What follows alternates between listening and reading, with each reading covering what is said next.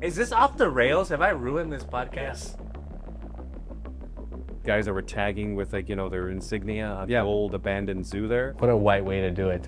You're tagging with their insignia. Oh, well, Trump said this, but Hillary also said this. It's like, yeah, they're both whack. Guys, I'm getting nervous when minorities start whispering. I was able to kind of explore characters and do a bunch of shit, and so I'm grateful for that.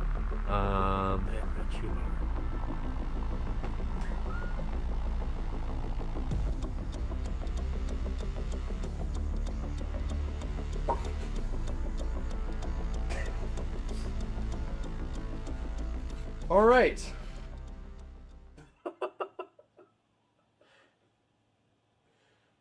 This is not where. Are those the? These are the Razor Ramones. Are they? No. By the way, this is Joel Jimenez, everyone. Joel Jimenez. Clap for me, dog. Or just her 6 tits just. Damn, you got 6? That's 2 more than Eric.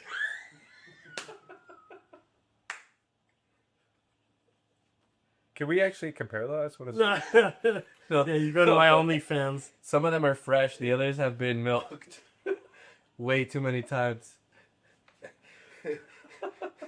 Cottage cheese coming out of catch his breath for another one. And you're trying to catch your breath just in general. I'm going to feel awful about this after. Here's the thing. I'm so mean to my friend Eric here. Don't touch me. But I do love you. And afterwards, I'm going to get in my car and go, did I go too far? I'm gonna get a text message. Yeah. Tonight, and then a phone call in the morning. Probably. Hey, man, that wasn't to me. I have apologized to you. We're friends, buddy. Okay, cool. It's what I love. I don't know. I feel like that's the comedy banter, though. Mm-hmm. Don't you? Mm-hmm. I mean, It can be. But I've said shit that's out of pocket to my friends before under the guise of we're all just comics, and then I go home and I go, Let's explore this. Have you ever been really mean to him? To him? You've gone too far. No, I don't think too far. It's more, I've gone pretty far, but a lot of it is did I go too far for me?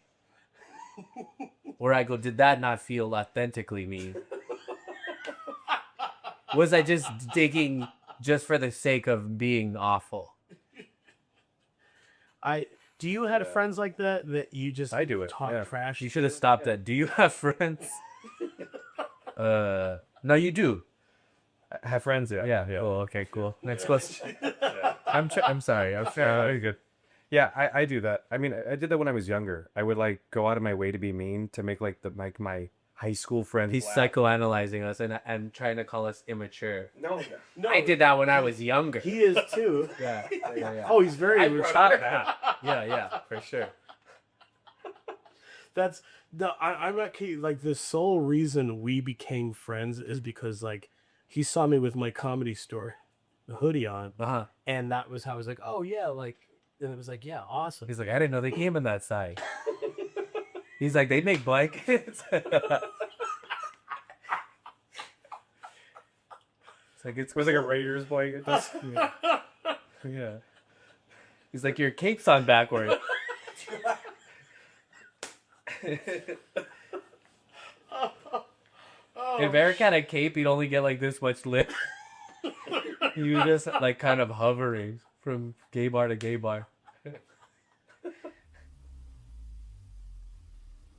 I'm sorry I didn't see you there. I was just reading the good book. Here at Lo-Fi, we love books, especially when we can listen to them at the convenience of our smart device. We love fantasy, drama, romance, you name it. And by signing up for a free 30-day trial of Audible using our affiliate link, check that out. Enjoy yourselves, and enjoy some good books.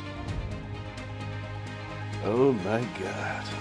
Necro, nom, nom, nom, nom. All right, so our first question is, Joel, how you doing, man? I'm doing okay. Yeah, I'm doing all right. This is my favorite thing to just riff with friends and be like and hanging out. This is a pretty comfortable environment. So Is the couch okay? yeah, the couch is good. Yeah, it's leaning to the right, but I think the is this a couch? I thought it was a seesaw. I'm gonna have to lower my mic from laughing. This is legit the light, like, because when we were talking about like guests, and I was just like, I love having comedians on just for this reason, because Break the fourth wall. Yeah, that's if great. I may, Yeah, like the Kool-Aid man. Oh yeah. I'm sorry, more like, hey. Kool-Aids. It's white inside. Is that red? It's just like a cum. And they were talking about blood cells. I'm an ally. I'm crying.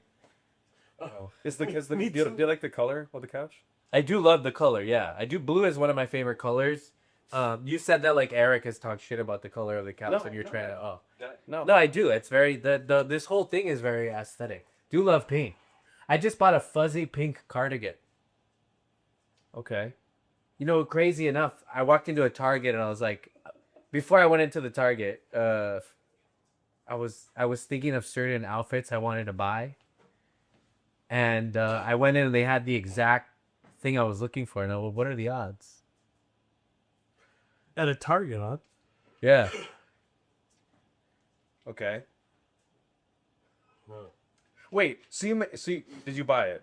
I did buy it. So so there's a punk band called The Damned, and their guitar player, why am I blanking?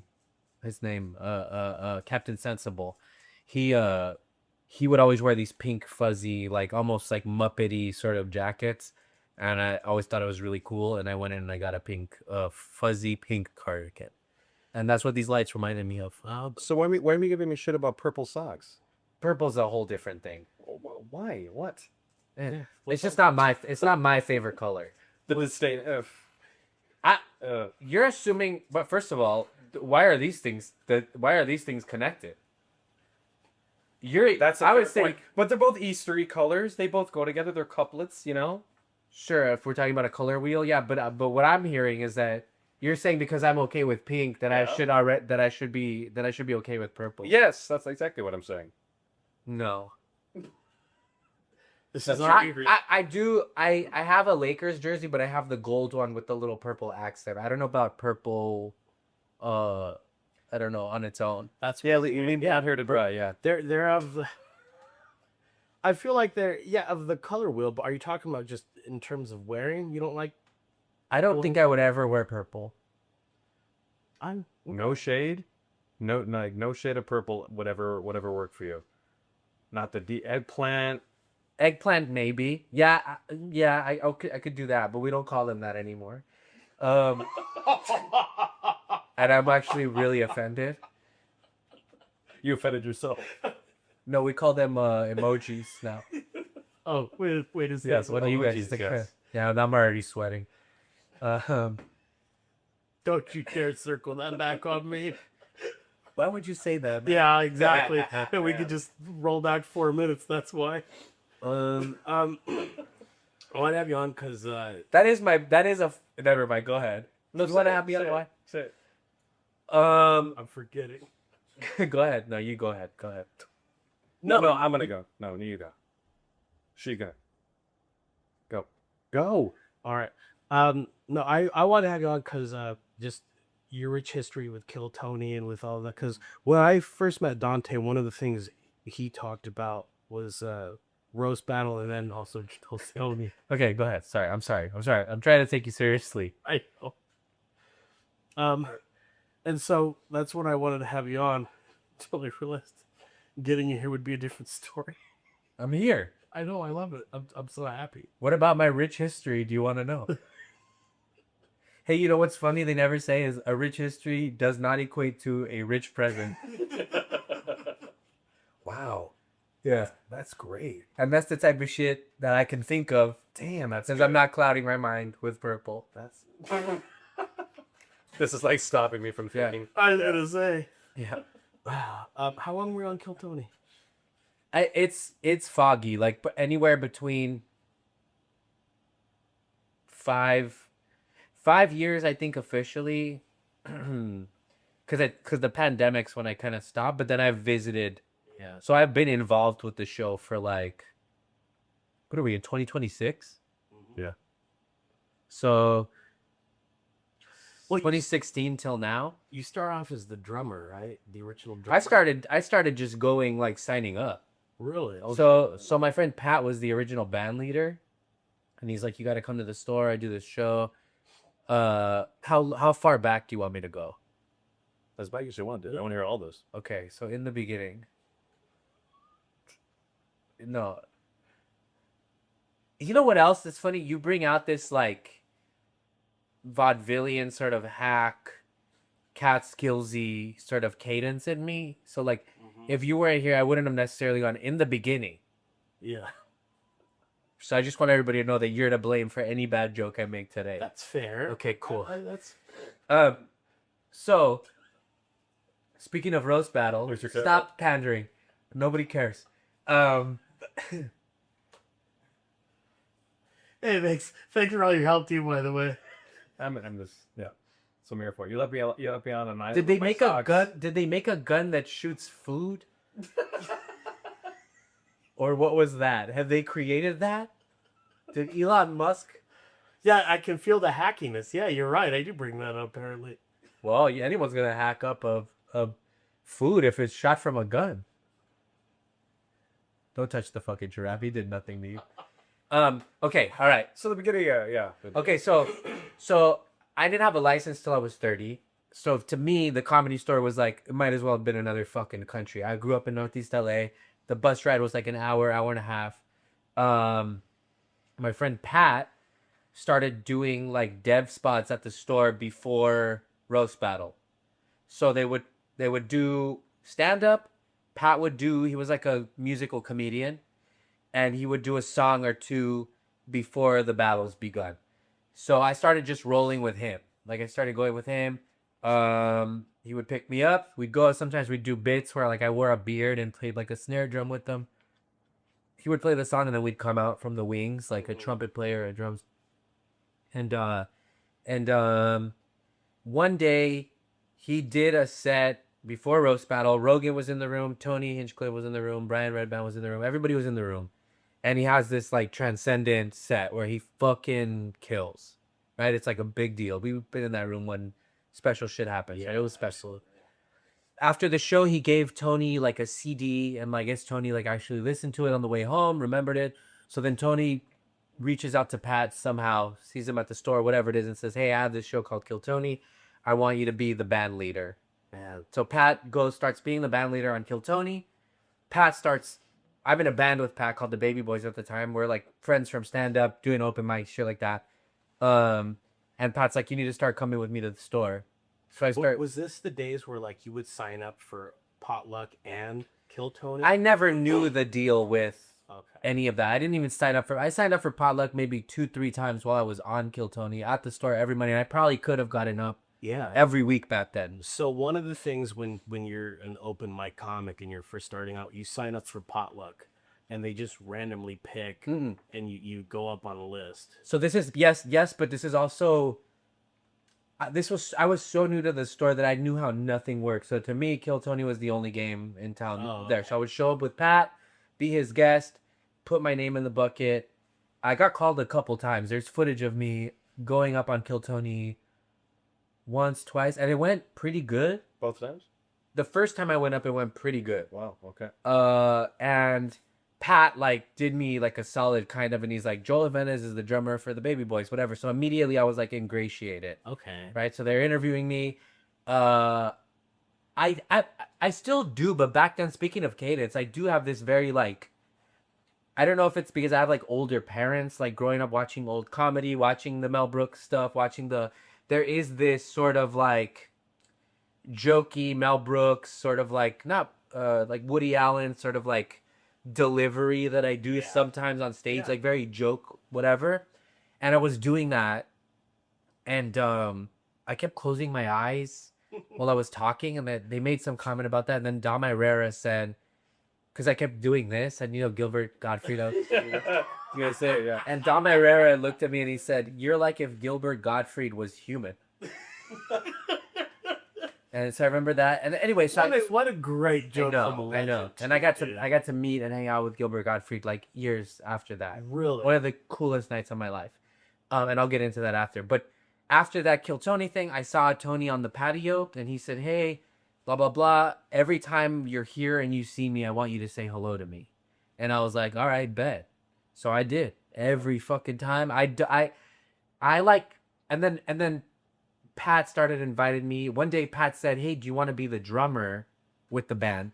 And I didn't have a kit small enough to fit in the belly room. The space is little. Yeah. Like Eric barely fits in like this the doorway, right? Like, but The belly room is where I again, that's the belly room's any room Eric's in. I didn't have a drum set small enough to fit up there, so I'm gonna go in and out of being mean and also being telling the story. oh, what the fuck has changed? Not you. So I'm at a thrift store with my mom, and in Burbank, and we're going down the aisles, and I see a little kid's toy bass drum. It's made by this company called First Act, but it's like actually wood, and it has like kind of nice lugs on it, but it's a toy essentially, but like it's good. So I buy that, and I called Pat, and I'm like, "Hey, I have a bass drum small enough to fit in the belly room." And he's like, "Oh shit." He picks me up, takes me to a professional drum shop on Vine. I get brand new heads for it. I clean it up. I get some legs. I make this toy into like an actual playable bass drum. Sure. And I go, and so then that Monday, Pat like, you know what? I'm all over the place.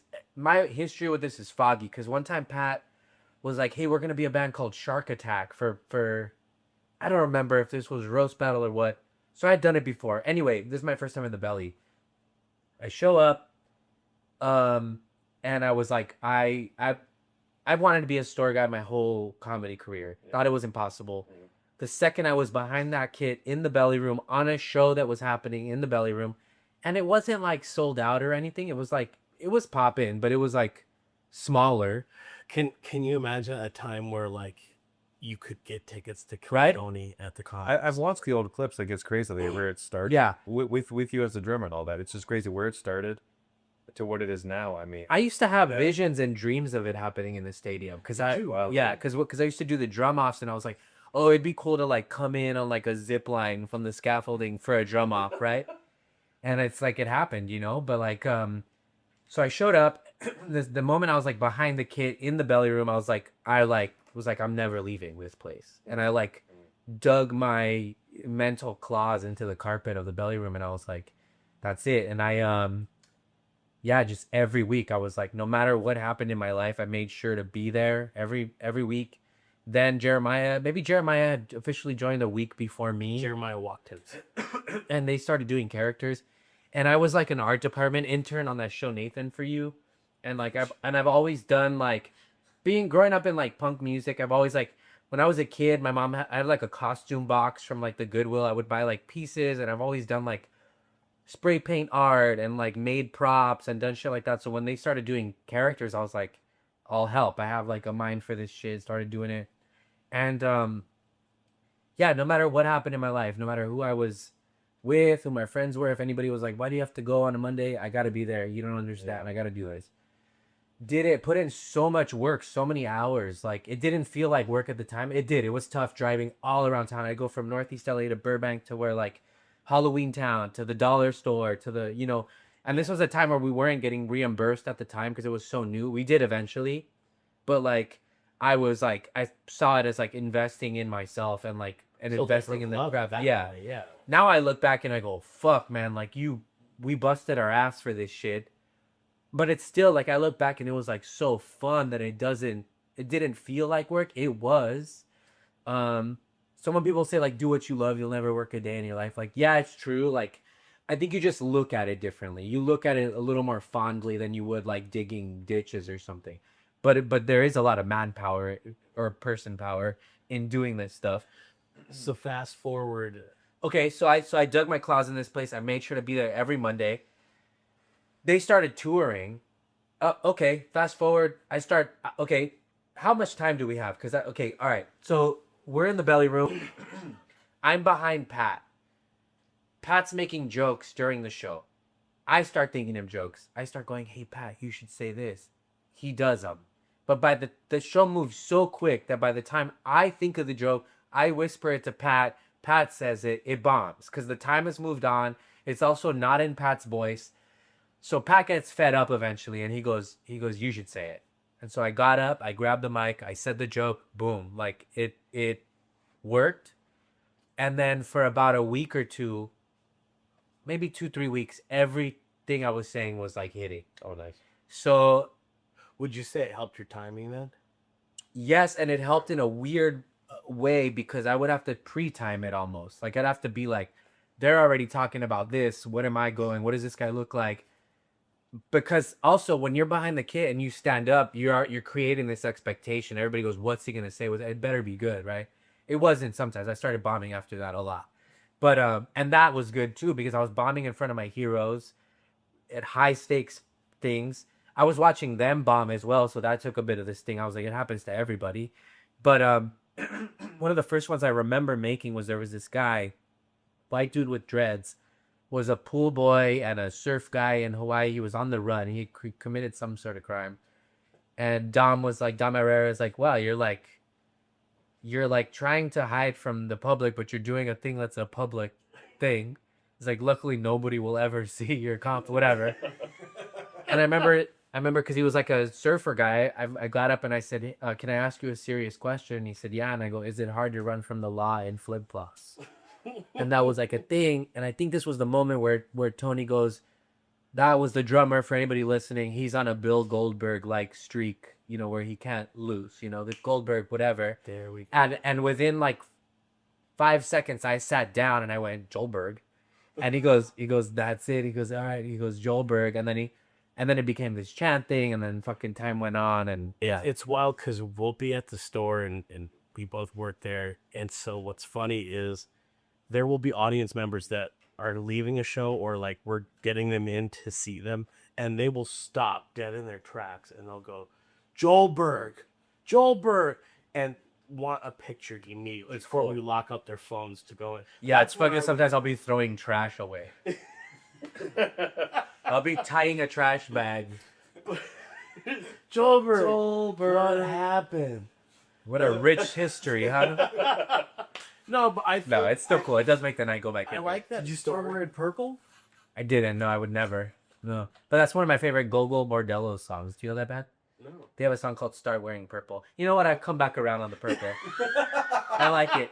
There's a podcast I listen to, this Irish guy, autistic Irish guy, very smart. Shut up and let him talk. He did a podcast on the history of purple. It's really good. I'm going to send it to you. It's actually pretty cool. I'm sorry that I said all that stuff earlier. And I take back the vegetable comment I made.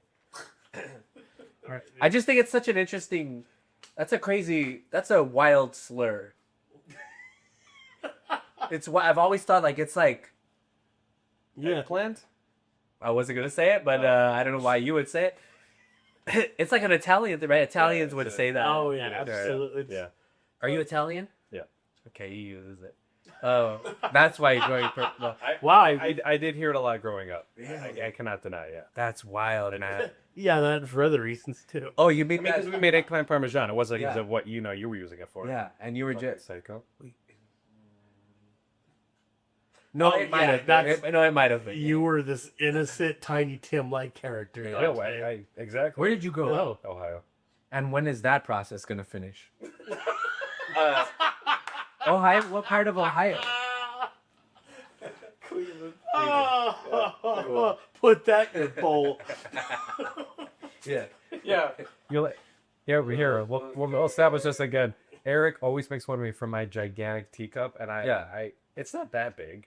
No, but I mean, because there's not a lot of things bigger than Eric that he could comment on, so that's what it is. When he holds it, it's just a mug. it's just a little shot glass. Yeah. Okay, easy. And when you hold it, it's a fucking... it's an oil barrel. Yeah, dude. Fucking making witches brew. Yeah. Fuck, dude. It's a silo. So one thing I think that, like, since I've known you, with that timing, though, because you fire them off quick. Obviously, you can tell Just by the do you and I mean bombing, throwing out jokes. You talk about this too, just that roast battle. Like when you put something out there and like I would say it like in the creative space, when you throw a joke out there, you are risking your reputation and Every second of my life. You're just like, okay, fuck, I'm gonna throw this. Yeah. I'm gonna throw When this do you out. lose that fear? You don't. You Of like, man, I don't want to say this. I don't want to bomb. And then you just do it. When do you lose that? Because that's what I always think about. I don't know if you lose it. You just get more calculated. Like with what Tony would like. I went on streaks where I was cold for a long time, and he would get us together in the back and say like he would say home runs only a lot. So you'd have to think like not I'm scared to bomb, but is this like, am I willing to put myself behind it? Like, but I don't know. But also with like friends, I don't give a fuck anymore. Like what are you gonna do? Oh, really? That's what you're gonna say? Or like even when I bomb with you, you're like, oh, that's where you're going. Yeah, all right, I said it. You know what I hate? I hate when you make like a corny joke and people act like it hurts. They go, oh, really? I go, you're not gonna make it, dude. If the apocalypse happens, you're first to go. If a joke bothers you like that, if my bad joke makes you look pained, you're fucked. I mean, yeah. Oh, I just don't, and I don't care. Like, I'll make a cheesy joke all day, dude. I'm gonna be a great father, cause I got dad jokes. yeah. I All thought you day, already every were. day. Elaborate on that. Say something that means anything worth a fuck that explains what you just did right now. I felt you were French. I like that. But no, it's let me you finish. thought I already was. Let me. Okay, go ahead. A father? Was that like a Mexicans have a lot of babies joke? What were you saying about you hate when jokes stain people? It doesn't hurt me. I'm concerned. Oh, okay. No. To be honest with you, you do give me like cool young dad vibes. I like that. That's cool. See, I mean, I mean, is that what you were saying? No, No. What'd you mean? Explain it. One thing though, like I disagree in this sense. I like razzing somebody about a joke that doesn't go. There's a the difference. only When you reason- do it is very different. Yeah, because what I like about it is you can get jokes out of somebody's bomb that are Well, absolutely. you up my game with it. There are people that are it's just they're closing it off. They're not yes ending you. They're acting like they don't even want to be a part of the interaction. You're actively like reaching in and like holding onto the boat to see like where it goes. Yeah. And I think that's the fun part. Can I ask about one Sure. quick thing? I'm trying to be better about not caring about being cringe because I think that like worrying about being cringe, and I'm guilty of it all the time, is like antithetical to art or like being funny. I agree with that entirely. Go ahead. Sobriety. Yeah. How did you find that? Was that with Kill Tony or how? Because how long have you been sober now? Over 3 years. Wow. But no, yeah, I don't know. I found it afterwards. I the last time I ever drank was the first time I hosted potluck. So like I got like hammered, and I didn't do anything. I did get in my underwear, but almost got naked.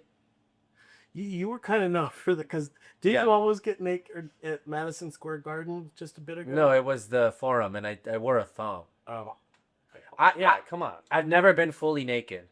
I have to. That's for legal reasons. But you shower. I didn't get that. What? I shower? How do you shower? Oh. Clothed, obviously. How do I shower? Quickly. Laundry. Laundry at the same time. You ever seen how an elephant bathes? You roll around in mud. No, but I woke up the next day from that day, and I was like just so depressed. Like hangovers used to make me extremely depressed. Like something about the chemical, it would feel like a real serotonin drop. Yeah. And so then I was like, I couldn't look at photos of me like on the marquee, my name on the marquee. I like wanted to leave town, and I was like, oh, you got this thing finally you wanted for a very long time, and you can't even enjoy it. Why are you doing this? And I just kind of like stopped. I was like, all right, let's see where it goes. And then like a week turned into 2 weeks, through whatever, and then just life got like better. Like I got a lot of things while being a fucking drunk fool, but I but my life has like exponentially gotten better just for me. I know people can drink. I don't know if I'm like capable of being a person who can healthy drink, and I don't know at the moment if I'm willing to like risk that or chance it. Sure. Did you ever think for a time when you got sober that you ever needed to drink to be? Yeah, I wanted to quit. I thought I had to quit comedy like the first 6 months because like I was so fucking nervous. I would move and then be like, they just saw me move. I can't move again. Or like, it took me a very long time to feel comfortable again. I still struggle with that. Fear goes a long way with that. Like at the Forum, I was sober, and that was like a lot of fear. Like I definitely blacked out up there, but like just because I was scared and was just a deer in headlights and had to make something happen. But I'm stoked with that as like a performance piece from like the moment I walk out till the end of the drum off. I think might be like, this is silly, but it might be one of the best things I've ever done.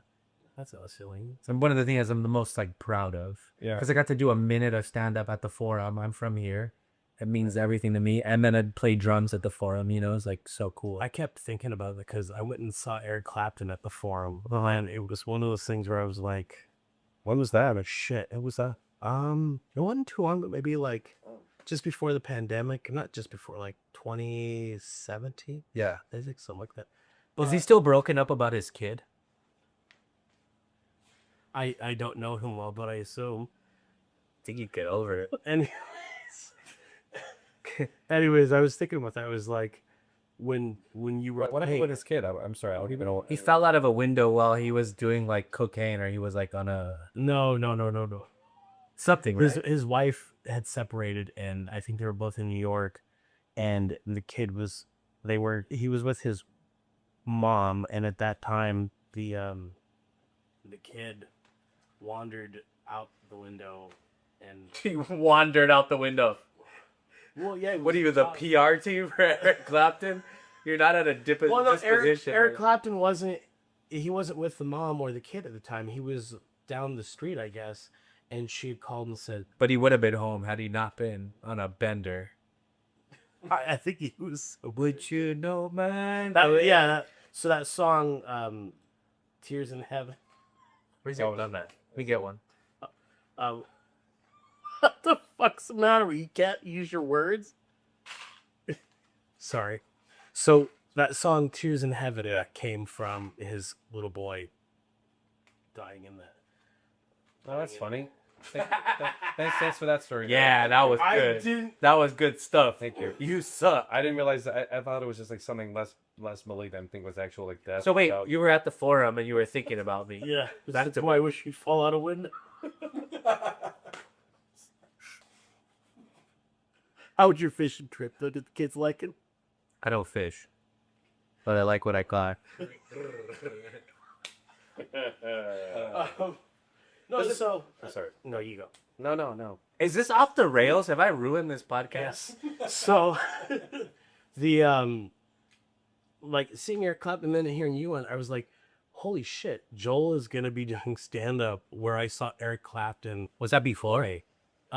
I saw Eric and then you were Oh yeah, because it was crazy. remember I called you right after, and I think I saw you right after that night. I came to the Comedy Store. It was one of the greatest nights of my life. I like got out. Everybody was like, everybody came to the store. It was like, dude, Joe Fulper. Yeah, it was sick. Oh yeah, Post Malone was like, dude, that was sick. see, it's just It was awesome. yeah, dude. That's why I love it, because I've gotten to share these moments with you too and see that happen. Like there was a time too where we just seen this Cheech and Chong movie, and we're like, well, let's stop by the store, and it was like in the daytime. I think we were. Oh yeah. And so we get there, and like this is when I knew it was intriguing, because you had just popped your head out really quick, and we see Tony Hinchcliffe right there, and you just see Tony go, Joe. And I mean, you could see Tony like, and he's a look guy, but you could like when you guys saw each other. Hey, what the fuck, man? Yeah. Can bring up. Everyone's a little guy to you. Go ahead, big guy.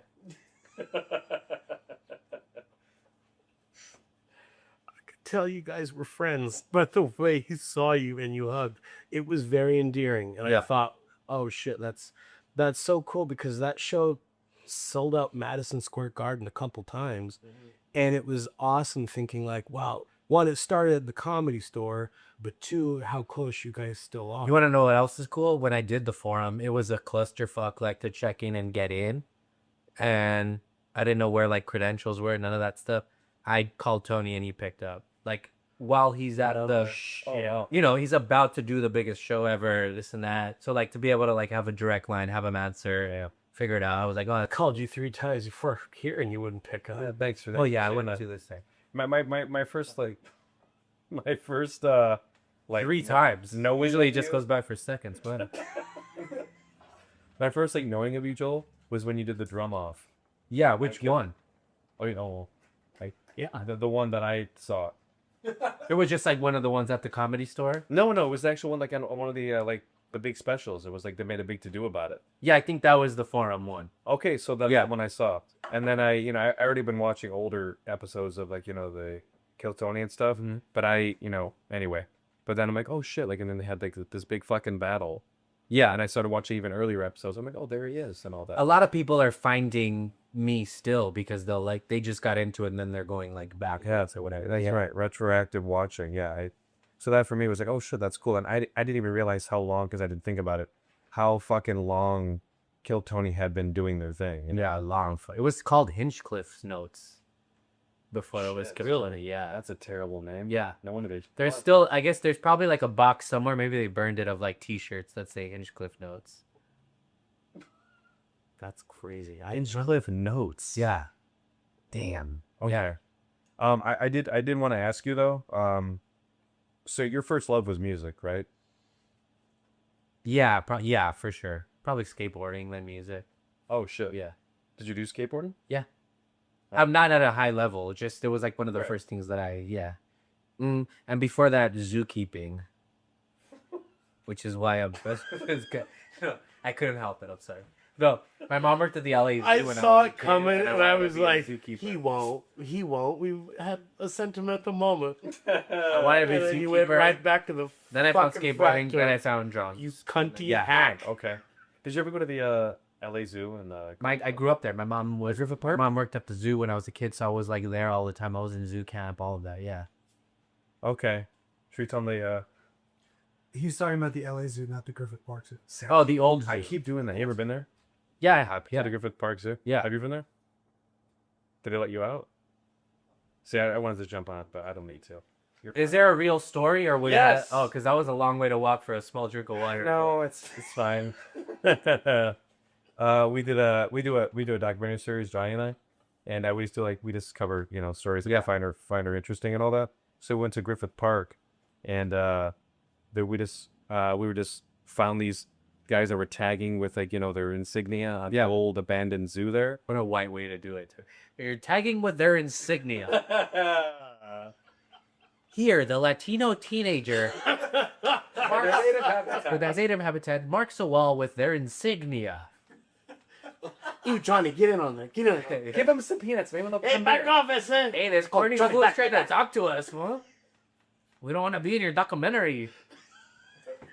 Yeah, I'm sorry, your DACA. Now, Juan, what does this insignia signify, if you will? Ah, yes. I'm noticing a lot of rage on the phone. They like your purple holes. All right, go ahead. So these youths were. These Latin youths were tagging the thing. We started talking to them. Like, yeah, I already got your arms. Well, Finish this. you are story. sure. I You are finished it out. Italian. We just started talking to them. They were super cool. And they just had mentioned that. Should I say it? I'm just gonna say it. What? I don't want to ruin the surprise. If this episode come out before we. Did you hear? Do we this? They mentioned that at in the twilight hours at the park, they have like clan meetings. Not that they attended them, but they just had observed that the Ku Klux Klan just does meetings around midnight, whatever. Okay. And we were just absolutely flabbergasted. Huh. Interesting. And then we tagged them and sent them on their way. Yeah. So we could observe them later. Cool. You insignia them. Yeah. Clan meetings. What do you think about that? What's it like? I think that the LAPD loves Griffith Park. Yeah. I just say, were you the only one that didn't need a sheet? They're like, we remember you. You're wearing the little pillowcase. No. Hey, say first one. Okay. You just show up wearing a sock. I'm the one wearing the white sock. It covers your whole body. Hey, everybody, I thought we weren't going to bring our kids. Yeah, it's still big on you. Sock with 3Ks. S-O-C-K. So it was like full circle for you. Like, Yeah, for sure. Like the marriage. Kill 20 was like a marriage of two things that you absolutely love. You got music, yeah, for sure. and fucking. So comedy came last of all like the things you enjoy. I think that like when I became a stand-up, I realized like my whole life that's what I was trying to be. Wow. But because I was like really into Jim Carrey and In Living Color and like was always a student of stand-up and stuff, but I didn't know. And then if you ever read Steve Martin's book, Martin Standing Up, he says in there that like when you become a comedian, you'll use everything you've ever learned in your life. So that's what that was. Like I'll do like break dancing during the drum battles. I'll play drums. I'll climb shit. My mom used to drive me around LA when she'd find like a good climbing tree. So I've been like just like all of that stuff. As silly as it is, it all like kind of did come to fruition when I climbed the scaffolding at the Forum, and it was. So that's why I think it's just like that. I think is like me in a little like a nutshell. It's wild. You climbed the scaffolding. Yeah. What? They're like scaffolding with lights. I like climb too. What, on Marquee? No, Marquee would be outside, inside, and that's my brother's name. It is. Were you tagging? I was insigniating. Are you insinuating that I was insigniating with my signal? So when they were inside, he was doing the drums, and then he climbed the scaffold. Yeah. Shit. During the battle. How did you get up? That's my only regret is I wish I would have done higher. It's on YouTube. Yeah, but I guess you. Thanks for doing your research, man. Yeah. Depends on the beginning because I was quite at you and I didn't know what the real Emily would have broke your whole fine. He's figuring out choice for your brain tires that. Oh my god. This could be the guy that was like. Guys, I'm getting nervous when minorities start whispering. I'm nice, listen. Well, fuck it, we talk normal. You say we're yelling, so. Sorry, you hit your. Why are you yelling? We have to whisper, they might find anything. And that's not funny, man. I know we said no ice, but you'd have to give me a hot ass fucking Perrier. Yeah, warm fucking Perrier, Eric. Good call, man. Oh, I know why. This magnet fell. We can switch it back if you. No, it's all good. Okay, so let's move on.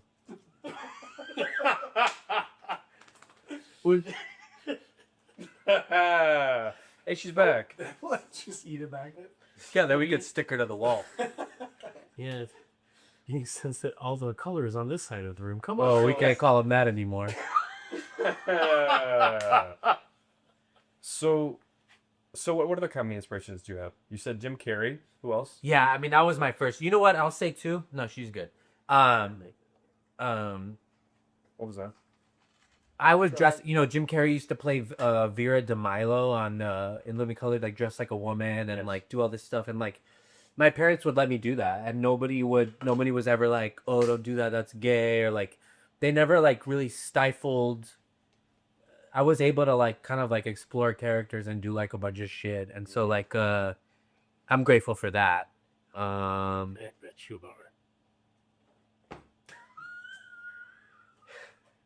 sorry. Here's the thing. I wanted to do it, but I go, if I don't swing it, it's not gonna hit the way I want it to comedically. It's actually the perfect noise too. Yeah. It really was. Yeah, you okay? It was like those what are those things called that women use, like that powder their faces? It was like that noise, but like perfect, just Yeah. right there. All right. If only I'd put powder on the fucking thing. Better to look at. But that led to me the Kill Tony thing. I did a lot of drag on Kill Tony. I have Jolena, that character now, and like Mel Brooks I watched a lot of. I watched a lot of Carlin. I don't know. Yeah, just like there's a lot of like Mexican like sort of comedies, like this guy Cantinflas and La India Maria that were like really funny physical comedy stuff.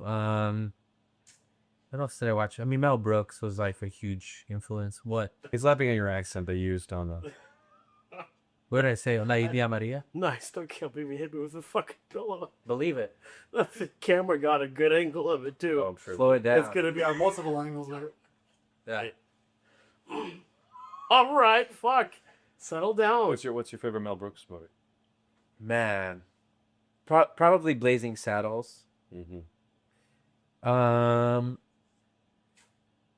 Yeah, probably Blazing Saddles. I love History of the World too. It's really great. But Blazing Saddles is I think the best one from beginning to end. They all have shit that I like. Yeah. How about you? Then Frankenstein. Well, yeah, that one's great also. I saw that in the theater not too long ago. Shit, real work. They had it at the New Beverly. Oh fuck. Yeah, Yeah, we we so well in that. Yeah. They keep bringing old movies back. I never take. How long have you lived here? So accusatory. I have to do that. They keep bringing old movies back. They keep bringing old movies back. Every time I open the newspaper, I see they're showing a new movie down at the Revival Theater. Say, how much is that paper, Rusty? Oh, my God. They got popcorn for 5 cents. They got coffee for 10. There you go, kid. Buy some penny candy.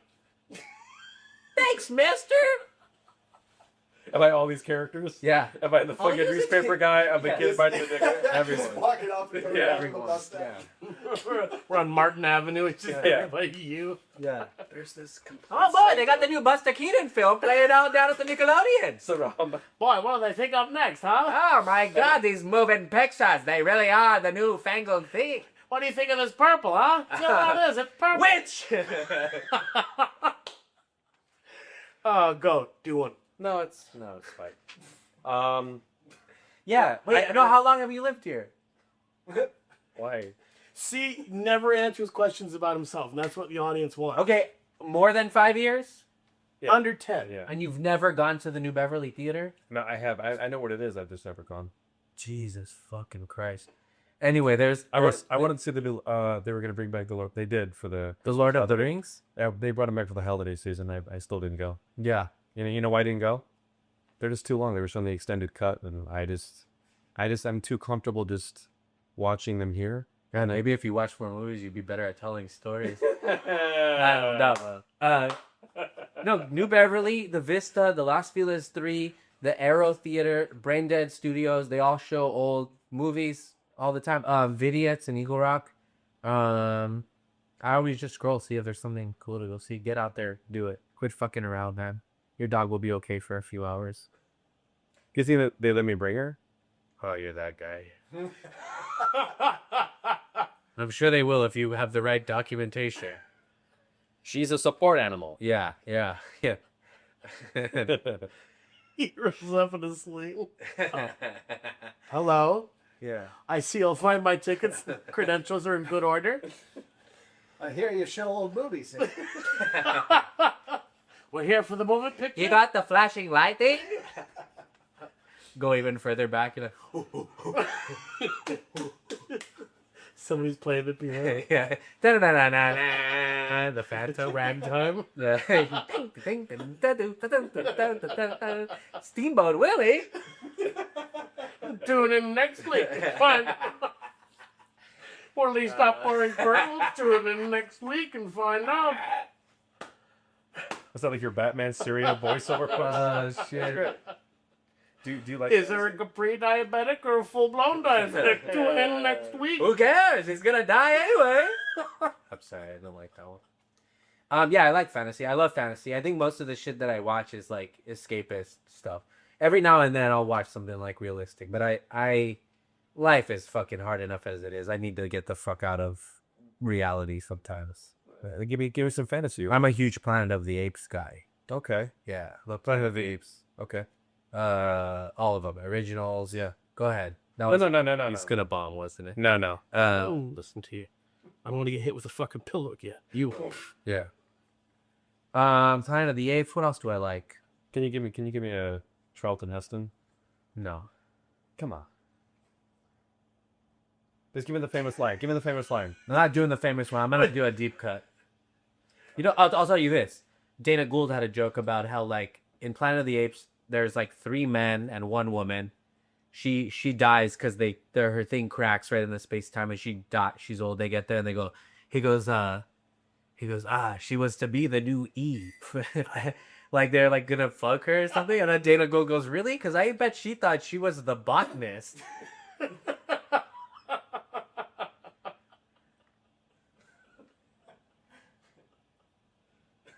You blew it all up.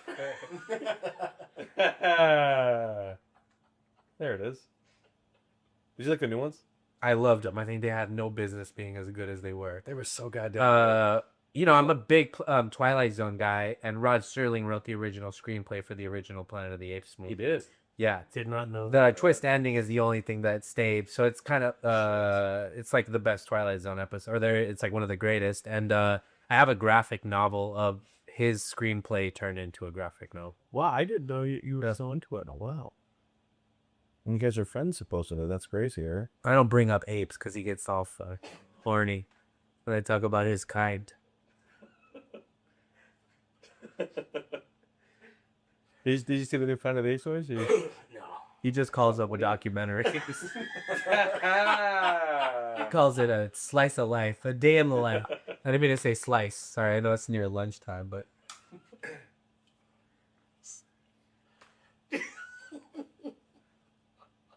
Those are cosmetic glasses? No. They look great. No. I get a glass like that. Those look good on you. I don't know about that. They do. They look good. Nah. No, I do love fantasy. Are you a fantasy guy? Yeah, man. Yeah. Big time. What do you like? Lord of the Rings was like, it wasn't the gateway, but Probably the best, right? the movie. Yeah, man. One of the best. Yeah, absolutely one of the best. I love Peter Jackson. Peter Jackson directed one of my favorite movies of all time called Dead Alive, also known as Brain Dead. Yeah. And it's a really slapsticky, gory, like funny horror movie. But when I watch it, because of all the effects and the cuts, I go, I'd trust this guy with Lord of the Rings. That's not even a joke. It's just like so to put that all together into this thing. Right. To me, if I see that, I would be like, yeah, I'd probably trust this guy with all my money, because he was able to like chop all the visual effects, everything into this like, you know, somewhat cohesive movie. See, everyone thought the opposite. They're like, how could this guy who directs these low budget? You think? Yeah, because They're they're also- fucking dumb. They don't know what it takes to be like a fucking actual director. It's directing is a lot like welding. I feel like at times more than like painting, where it's like, yeah, but you also have to hold the shit together, and like, who has to hold a project together more than somebody who's making an independent film where their own money is up on the chopping block, their livelihood, their credit cards, their reputation. I'd say like if you have no money and you need to make someone getting their arm sliced off look real, you're gonna be very creative about how you shoot that and how you edit it so that it looks good as a final product. Yeah. And that's a person that I would trust with anything. Yeah, some of the best like things in movies are when they had limitations or some kind. I always bring up Picasso's blue phase. Oh yeah. Because like I feel like the more shit you get, the worse the product fucking gets. And like if you really want to make something good, like strip it down to like, I've been really obsessed with lately being able to make things with what I have at my disposal and not having to like spend more, get a whole fucking team. I've been trying to figure out how to make music videos with like static shots, or you know, just with the shit that I have on me. Yeah. I'm fascinated by that. I love Sam Raimi. Evil Dead 2 is one of my favorite movies in the whole world. He's got a new one on. I know. I want to go see Send Help. I was gonna see what time we get out of here. Maybe I have time to go see it still at work. So it's Send Help, right? Yeah. Oh, that's him? Yeah. I didn't know that was him. Yeah. I did not. Maybe I will. Maybe I'll have time. That's That's the yellow car. Yeah, it's in everything he does. Yeah, I just did a podcast on Drag Me to Hell. The car's in that too. It's an Oldsmobile. Oh shit. Maybe we can hit that up. Maybe we can, dude. Sorry. Wear purple. You're too big for me. Take you. I thought you learned sign language by now. There. Please don't use that word. All right. People are gonna be like, he's a bully. Yeah. I am. Do you ever, when you watch movies, irrespective of the genre, do you ever wonder like what lines were in the script and what lines just were improvised? I don't wonder it. Sometimes, yeah, for sure. I like finding stuff out like that. I think I just heard one of like something recently that was I don't know. There's a bunch of them. I think yeah, I don't know. There's some pretty cool like blooper reels Yeah. with shit like that where you see I fucking love blooper reels. I used to just binge watch those, whatever the movie was. yeah. There's No, some they're stuff. dope. They're really fun. There's some good ones with Young Frankenstein. Oh yeah, Yeah. yeah. Did you ever see Being There with Peter Sellers? No, but I've been listening. I listened to a couple podcasts recently about Peter Sellers the last couple weeks. So interestingly enough, Peter Sellers was pissed at the blooper reel that Yes, showed. and then when they were up for an Oscar, they removed it because they were like, "We're not fucking around." Well, with it. they say that's Peter Sellers was pissed because he said that's why he didn't get the Oscar, is because that blooper reel at the end took the legitimacy out of what his performance was. Oh wow. He was also pretty difficult to work with. That's probably his PR team though. I feel something. Yeah, I didn't approve that story. My ringer's off. I don't know who that is. Johnny. Sorry. No, you're Sorry, good. No, then people like this. It's the real shit. They like the real stuff, the behind the scenes, the unfiltered raw. Go on. That's why they're in the podcast, man. They're not this mainstream media bullshit where everything's edited, perfectly cut. They want raw, shitty conversations that have nothing to do with the original reason they began. God, you're just speaking of my soul right now. Yeah, cool. Your black side? I No, don't do it. Don't do the voice. My brother's half black, half Mexican, Yeah. and growing up with but he looks like a black man. When you grow up with a brother that's a brother, that looks like a black man, it will make you think you can say a lot of things that you can't. Yeah. What are some of those things that you can't? Well, first stop, and then it goes. We interrupt this scheduled program. We'll be right back. Yeah. A million, yeah. Cross world. Those old megaphones, just a piece of paper. Extra. Yeah. Extra large. extra. Read all about it. Extra. Large. That was good. It was all right. It's good. I didn't say great. Do you have this relationship with like other comedians? That's just like this kind of, or is this like this? Not really. This is like one of my only. Yeah, I'm trying to think. I'm pretty mean to Logan. Yesterday I had an alarm that I said go off, and my girlfriend was in the other room. She goes, "It says tell Logan to shut the fuck up." What does that mean? I think one day at the store I'd set a fake alarm to go off while I was next to her. I go, "Hey, shut the fuck up." So, But she doesn't really give it back to me. This is like, and as he's letting me shine right now, because like there are times where we're doing this and he can give it back just as hard, and like also really good to sometimes you do stump me. So I was afraid of that. So thank you for letting me look good today. no, I love letting it. that- He's one of my favorite. He loves when you let things marinate. Believe me. It gives it flavor, he says. But no, he probably had like 80 fucking lines that would have ended this podcast. He can cut. Well, yeah, we hang out. Yeah, I have nothing to prove, but that's why I love you is those, because it's with comics you let them go, and it just to see where it will end up. Like that's just what I love. Like that's when you hang out and you talk with comics. When you try talking with other people, it's like, how can I? Well, there's also like with other people, there can be some weird competitive nature where like it's not fun. Like, there are people that I would like maybe roast, but then they kind of there's a playfulness I think between us, and like it makes me feel free to like be able to be mean, because I don't really fear serious or like real repercussions. Mm-hmm. Yeah, I don't know. Yeah. That's what I never got into roast battle like you did. The only reason is because I liked this concept of being able to laugh at the joke. And that's why, like, for when we shit on each other, it's one of those things where it's just like, oh no, I love him to death, and I know he's always there for me too. So I enjoy what he comes up with because it's so fucking creative, and that's the spirit of an actual roast. Is back in the day they would shit on each other, but then like they were sincere about those things that they would say at the end.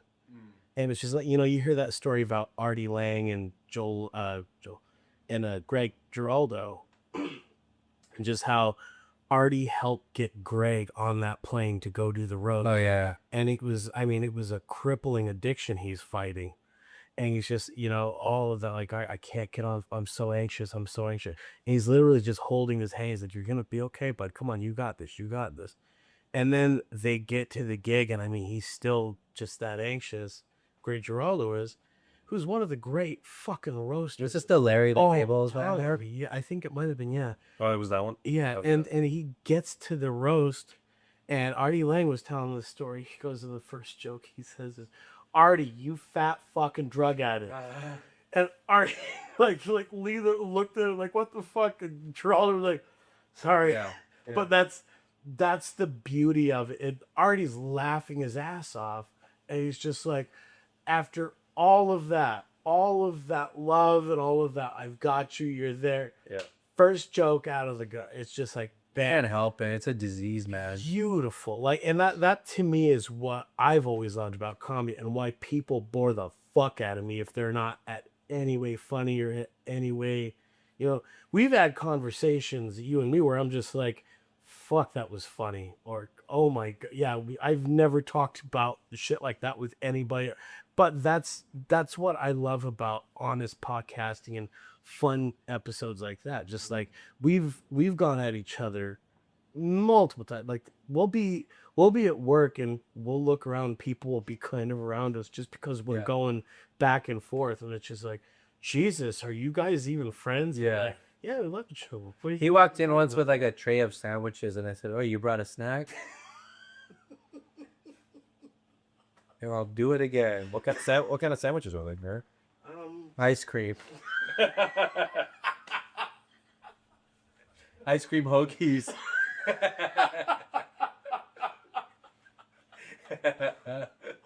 Banana split. They're my lucky sandwiches. Why lucky? I just like the name of so they see legend me. Yeah. What's the best sandwich? I'm gonna go classic Italian hoagie. There you go. I never had one. Omarosa roll, shredded lettuce, Oh shit. tomatoes, onions, salt and pepper, the oil and vinegar, provolone cheese, fucking capicola, salami, mortadella, banana peppers. Mortadella, like one of your neighbors. Oh, that was okay. You riff on those. Have you ever had a poi boy? What is it? A po' boy? Poi boy, yeah. You don't get out much, do you? You ever had a pool boy? Oops, sorry, I peed. Sorry about more boy. I only, The pool boy. The pool man. You ever had a?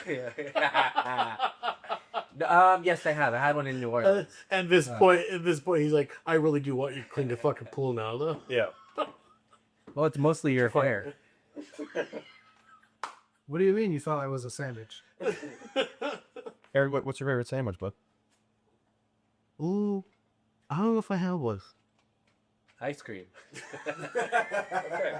Maybe the fucking. What's yours? I like when you get 3 non-fat crackers. I really wasn't really asking. And you put some water on there with some ice. And you look at a picture of a sandwich. And you grab your nuts with your right hand. And you eat it. You go, that's tasty. And then you throw it up. And then you lift some weights. And then you podcast. It's hot. I'm sweating. You're fit. I got it, yeah. You're fit and he doesn't fit. Give it up for Greg doesn't fit Simmons.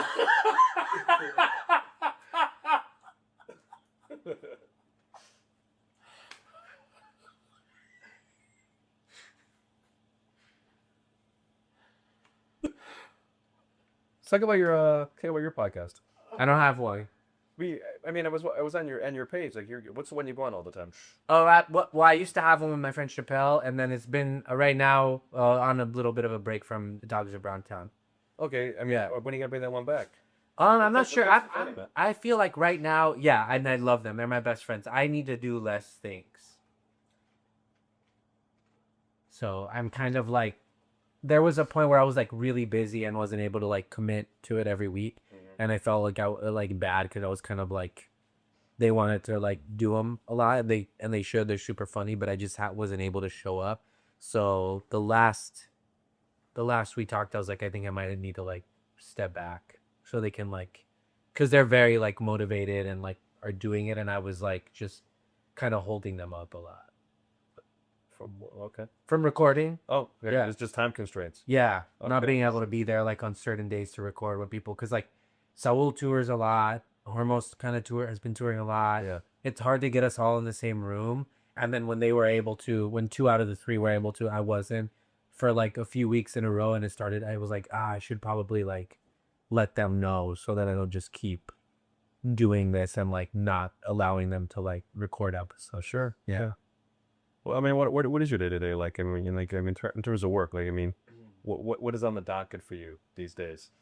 Not much. No. I don't know. I just want to have a healthy, happy life for the most part, and that I'm pretty small. Like I will get up. I'll write stuff. I'll work on music shit. Go ahead, Eric. No, I'm. Eric's day starts out with yum yum yum, and that's still while he's asleep. And then and I just had like 3 of the chambers I wanted to say. go ahead. No, Okay. no, no, It no, was no, funny. no, no, no, no. What chamber Come on, are at the same you? time. Go ahead. No, what? I'm interrupting. Go. My day? Your day. Your Hit me. no. Your day. Yeah. No, go ahead. We're not going till you do this. Pillow, Joel. No, he was on Explain the joke, man. daily. No, go. What's your daily docket like? We're just gonna stare at you until you give us one. All right. Well, I'm gonna look at Johnny. I was also staring at you. All right, go. The moment's passed. I don't know. You've. Sorry, Joel. Wow, this guy. I thought highly of you.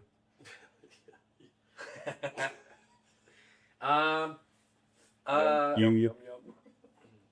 I should have said num. Now it's saying it. Now you have 2 regrets. Yeah.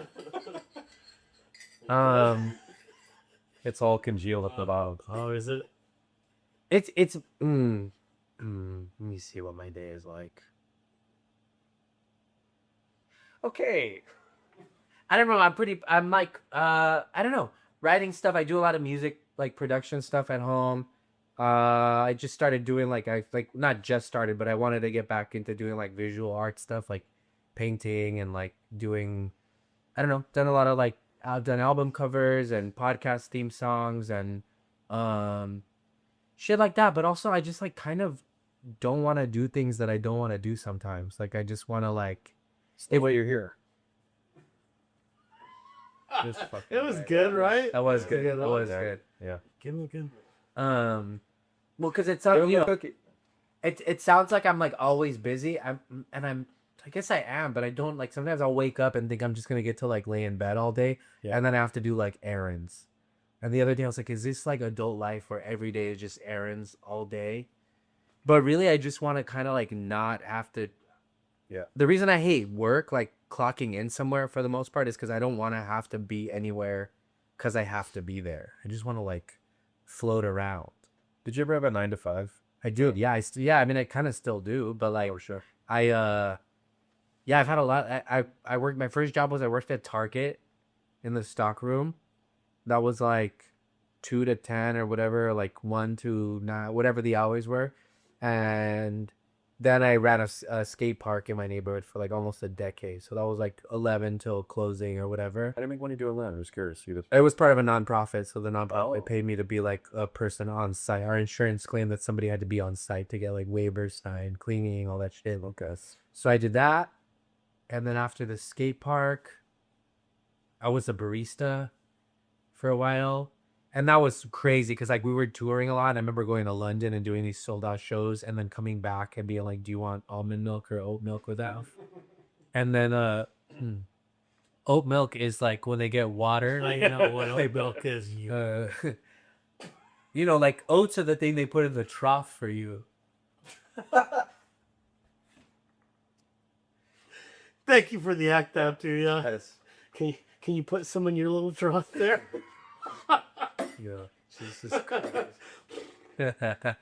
I've had moments like that too, where like I just get depressed where like I'm at a gig for something, but all this energy's happening and you feel like you're a part of something, and like people that either you've have wanted to meet or like people that are like part of whatever industry you're in are there, like fuck, wow, this all happening and happens for hours, and then it's over and you're in that lonely car ride back home or whatever, and you're like, man, I just get depressed. Yeah. It's just the quietness again. Really? Does ever fucking... Yeah, it happens, but also like I'm very lucky to have anybody know me from anything, and there are people fucking dying in the streets right now, and you just gotta. I try my best to keep perspective. Like it's hard, and yeah, I get like jealous and upset and these things all the time, but I just try to check in with myself that I'm very lucky. I'm lucky to be alive. None of that shit matters. It doesn't matter. You are genuinely one of the most centered people, even though you're as fucking scattered as I've ever met. Mentally, you are probably the most forgiving and kind dude I've ever like. I'll lose my mind if I'm not, because then I turn on myself. Talk shit about people and be like, I could fucking kill this person. Yeah. And you have a very unique way of saying, you'll go, oh yeah, I don't know their struggle, so they must be going through it. Yeah. I'm like, that's not what I said. I was saying, fuck this person. And you were like, no, I heard what you say. I get why you feel that way. Yeah. And like, it's kind of like the Zen thing that you, that's why it's so funny. Like when we give each other shit, because when I've really been pissed or I've really had something to bitch to you about, you're very receptive to it, and you have a way of just kind of cooling down the situation. It's a unique gift that you have. I don't know if you get it from your mom or Probably. And my dad just flies off the handle. He can. But he's funny. But no, I think that just comes because if I get too emotional in any sort of context, it will like eat me alive. So I gotta be like, here, like it's all good. Like let's not fucking stare into the abyss, because once I fall in, it's hard for me to get out. oh, that's the truth about sometimes the comedy stories, not just with door guys, but with major headlining comics. They will get catty. They'll get to a degree where you're like, why the fuck are you complaining? Yeah, none of it matters. And it's just like, I remember one time this comic was complaining, and they were literally holding like one of the most expensive pieces of like steak. Holding steak? Yeah, like they had a plate because they had a private whatever, and they were holding this really expensive meal, and they were just looking like, can you believe this? It's just so ridiculous. Like, I don't know why I do this. Yeah. And we're just sitting here like, Yeah, there are some that are insane, but I'd also say that just because you're holding the most expensive piece of steak doesn't mean you're not mentally ill, and like things are affect you, or like more money, more problems, right? Like fucking everything is relative, and like problems change when you become more successful. But there are some where I'm like, come the fuck on, like get your head out of your ass. Like you're very lucky, and there's a difference. I hate on people. It's fun. What makes you angry? What makes you like really angry? Injustice. That sounds crazy, but yeah. No, yeah, that like actual bullying makes me angry, like for real, like if somebody's being hurt. Racism, fucking what makes me angry? Yeah, I don't know. But You know what makes me angry? Maybe the geographer. I mean, he's good on the on the phone with me when I'm doing this. I just get angry like just driving. I just I say the worst things to people for doing the slightest infractions on my They say that that's because we know how dangerous driving is. So like we're on high alert. Like your life is sort of in your own hands, and so when things like that happen, you kind of get mad really quickly because you know how dangerous it can be. Yeah. Yeah, I think it's also you're like within the protection of your own car. Like if you were like out walking in the streets and somebody cut you off, like there's an actual threat of like what you would say to that person. I mean, people pick their noses like crazy in a car, even like it's like the behavior we get away with like in a car. Yeah. I understand that though. I get mad. I get mad when I'm driving. But when you say like what makes me angry, I'm like, what actually makes me bummed? Like, yeah, I get pissed. I'm like, fuck that, or this is whack, or whatever. But like, actual anger is probably gonna come from like some sort of injustice in the world, and like I don't know how to fix it, but. I don't know if I get angry really. I get like upset. I get sad. I can't remember the last time I was like angry. I get frustrated. I mean, yeah, I get mad. I'm lying. And I'm mad at this answer, really. yeah. Well, you wanted me to like some like fucking like I get mad at Hillary Clinton. At Jeff Soros. Is that his name? Yeah, that's his name. Is the George Soros. George. I get mad at the woke mob, the woke mind virus. You can't say anything anymore. That's what I get mad at. They're coming after comedians, man. We can't tell it like it is anymore. We used to speak truth to power, man. Morris. And now look at us. We're just peddling Dr. Squatch soap. I fucking hate that. I hate that. I think that you can't say anything anymore because most of the people, you can't even say this anymore, but you just said it. No one's locking you up yet. Just kidding. You can say whatever you want. You just can't be Mexican. And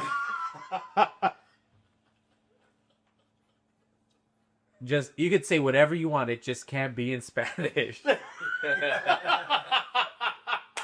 Yeah.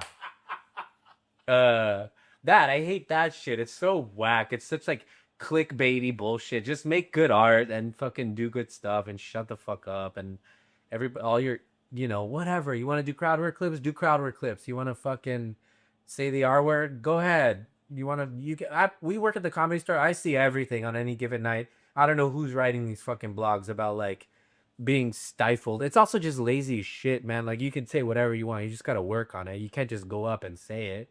You can actually. You can. No one's gonna throw you out. But yeah, I hate that. I hate who gives a fuck? It's so dumb.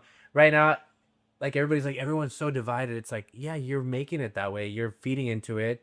This fucking oh, well, Trump said this, but Hillary also said this. It's like, yeah, they're both whack. Everybody's, it's all shitty. And everybody that's saying that is just gravitating to a team because it's helping them sell tickets or like buy an audience that already exists. Like I could put on a fucking red hat and go start playing fucking middle of the country and have sold out shows. Right. And watch the comments be like, yeah, right. I like this. You try. But that, or I could be some fucking leftist liberal cuck and go start playing fucking independent laundromats. like you could pick a side on each team and start doing really well, but it's like the lounge of an abortion clinic. Yeah, how's everybody doing? Yeah. And on the other end, the fucking gun convention or whatever the fuck, whatever. I don't know what the fuck. But like, I just think I think that human beings in general, our day-to-day needs have a lot more in common than we don't. And I think that this whole, like, it's just so whack and corny and nerdy to be like, my guy. I've never been like a direct, like, target of gang violence, but I've seen it. I've been around it. My high school, I've grown up around actual, like, tension between people, and these things that people are complaining about don't matter. That they're just trying to, like, this is like a bigger version of like latching yourself onto whatever your gang is and like fighting and really like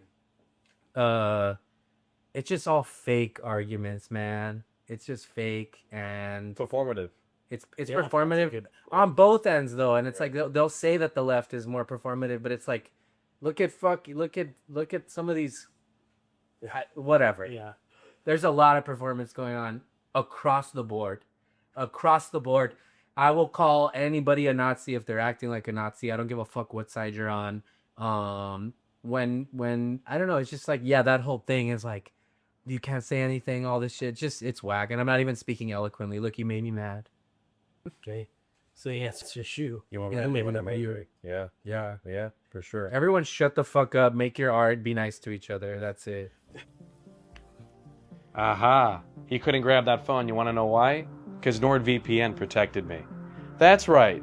NordVPN provides you safety and security on any smart device you have, including your phone. And by using our affiliate link in the description of this video, you can sign up with NordVPN today, including NordPass, which also protects your passwords. So give that a look, won't you? Now back to the Lo-Fi episode. Don't touch my phone. NordPass. Mike Black, he's a really good community show. It's actually Mike African American now. Go ahead. Mike Black showed me this little comic strip, but it was of the whole taking a shit. It's reading the paper. It's like the politics section. He's looking at it. He says, "People dumb." Yeah. And that's the type of literature this guy critics.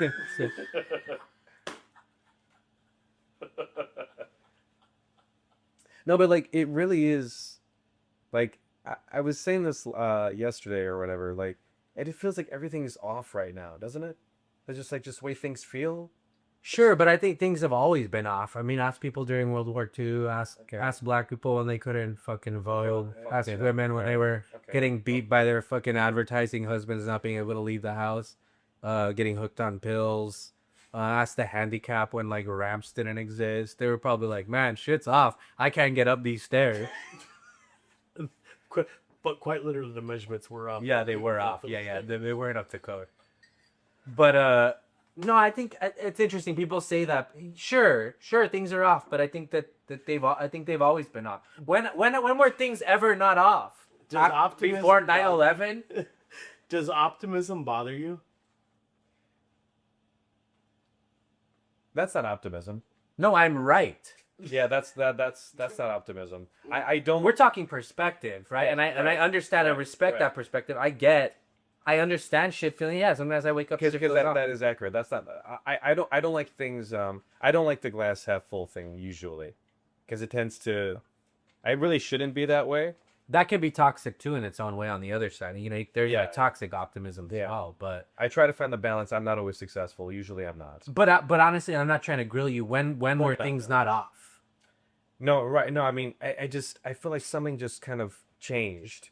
I don't know what that thing is. If anything changed, it's that we have more access to information, so we're getting bombarded with it. I think it was always happening. We just I agree with that. But I think it's always been off. That's a fair observation to make. Yeah, we're just. I mean, I thought about just getting rid of all of that social stuff. Yeah, I know. Yeah, me too, man. I feel like I was a lot happy. I mean, I definitely was a lot happier without it. Yeah, I was a lot happier without it. Don't check your fucking phone. What time is it? It's 2:53. Okay, my meter's over at 3 something, I think. Okay. He paid for it, so blame him. Yeah. Should have put more time on it. He paid for my meter the other day. We were playing D&D. You ever play D&D, Joel? Dungeons and Dragons? Yeah, man. No, I've always wanted to. You want to play it? I think it's cool. Yeah, I would like to. We have a I mean, it's their group. I joined. Yeah, it's a lot of fun, man. No, it sounds fun. I'm not doing a bit. I've been invited multiple times by different comedian groups, and they've all been like, "Yeah, you will invite you." Nobody ever does. And then when you do, I won't be able to make it. Well, we'll try. Yeah, thank you. And that's the attitude I like. Yeah.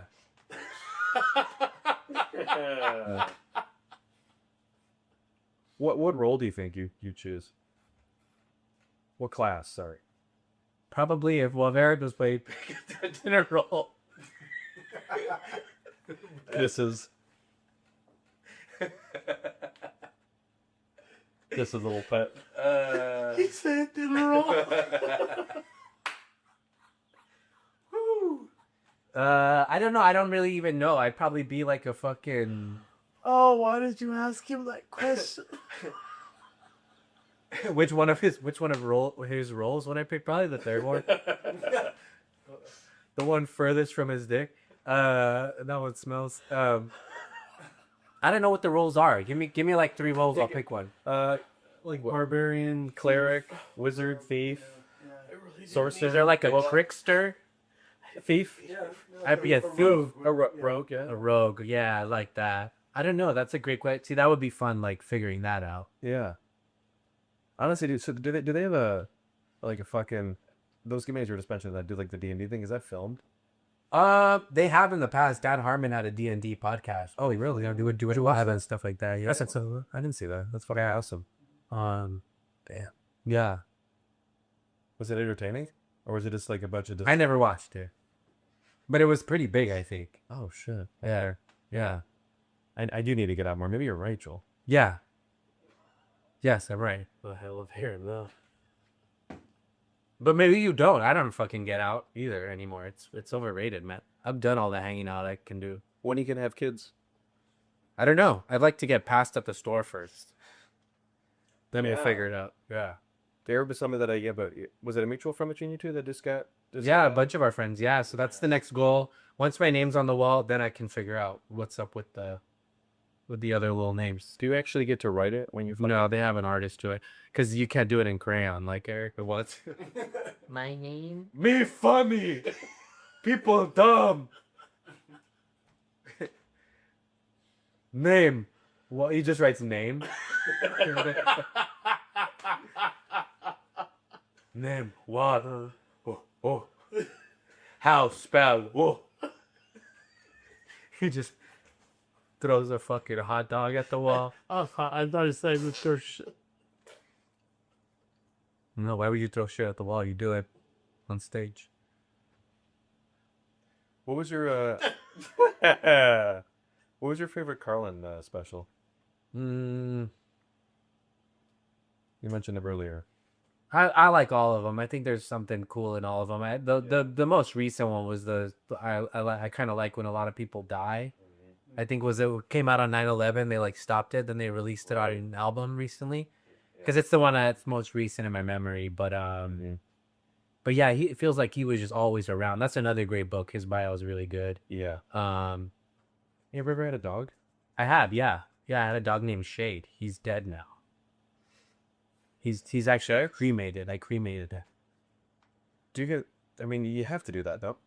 What, cremate your dogs? Yeah, you have No, I actually cremated him because one time I was at this dog clinic and they were bringing out the dead dogs and just throwing them in this like dumpster thing. You know, what do you think they do with the dogs after they put them down? Well, I thought they always cremate them. It's just an option if you want it, by itself. Well, then they're putting them in this dumpster to go put them in a bonfire later. But I got mine specifically where they put them in an actual thing and burned them. I have my other dog. She's over there. They claim it's all her ashes, but no, there's some, there's no way. Yeah, there's like when you order a pizza from like a wood-fired oven, there's pieces of the last one in there. Some extra pepperoni floating around.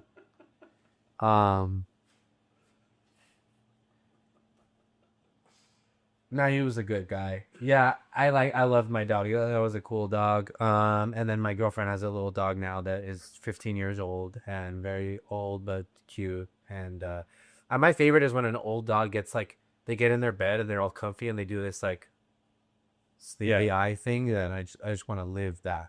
I want that to be that kind of existence for sure. Yeah.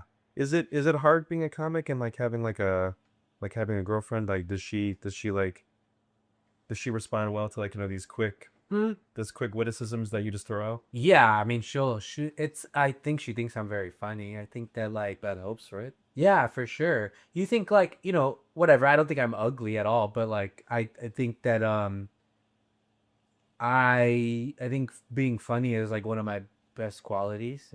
No, it's good. It keeps things like unserious and kind of like just light and nice and yeah, for sure. But the other good thing is like she's a regular person, and so I just get to come back and have like a regular life and not have it all that all the time. I want that more and more. Okay. I remember asking Keith Carey. Of course, yeah. I remember he was on like a year ago on the older show, and I remember asking him this because I was always just curious, like when you're in that environment, like the comedy store, or like around a whole bunch of comics, you're on in a sense, right? Like you're just riffing, throwing stuff out. When do you do you ever turn that off, or is that something like when you have to just bring it back to your home life That's tough. to turn it off? But because as you can see, I can't really. You can't, or you I can't? can't. Oh wow. Like, Okay. I remember being at an open mic years ago, and I was joking around, and it was a mixed mic where there was like musicians, comics, whatever, poets. And I did something, and one of the musicians from the other side goes, "Wow, you really can't turn it off, can you?" And I was like, "Okay, fuck me, dude." Like, I remember thinking, like, "You think I want this?"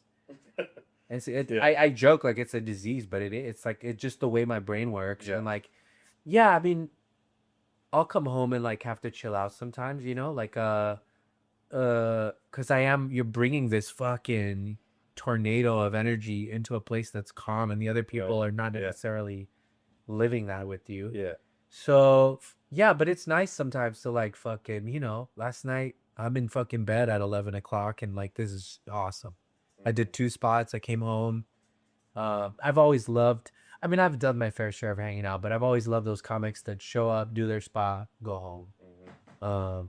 So I've been doing it 14 years now, and it's like I want more of that. Yeah. Because I also think if you don't live your life, you don't have anything to write about. Wow. Yeah. We've all seen like yeah. open mic comedy become like just inside jokes about what happened last week. Anecdotal stuff. Look at Eric, man. Remember last week he was doing this? And no, Right. we don't. I actually got me and Eric. I won't say where or who. We were watching this comedian just go up in front of a room. It was at a nightclub. Yeah. Not an actual comedy club. And she just was up in front of all these people that are just there to drink and listen to fucking loud music and all that. So it's obviously not the best environment. Sure. And she's just doing her set, and it was like nearly 20 minutes of her just telling the story that had no punchline. You are crazy. And just the look on Eric's face was the funniest part, because he was just like, yeah. Fuck. Did he have to go up? No, he was just there just to visit me, but the whole comedy thing was just completely random. She was the only comedian too. Everyone else was like a person just performing, doing a dance number. At least that, because if you gotta follow that, then they're fucking up the show for later. Oh yeah. She was the last one, but I at one point I had to go up to the host and be like, "Is she almost done?" Yeah. Because like the people are leaving. Yeah. But it's only nearly 20 minutes. Yeah. Crazy. I'm just like, Man, like, so I was on the internet yesterday and like, oh my God, like, yeah. why are people like, I can't wait to it's find just out who. it's like a phone call that doesn't end. What? Yeah, nothing. So I can't wait to find out who.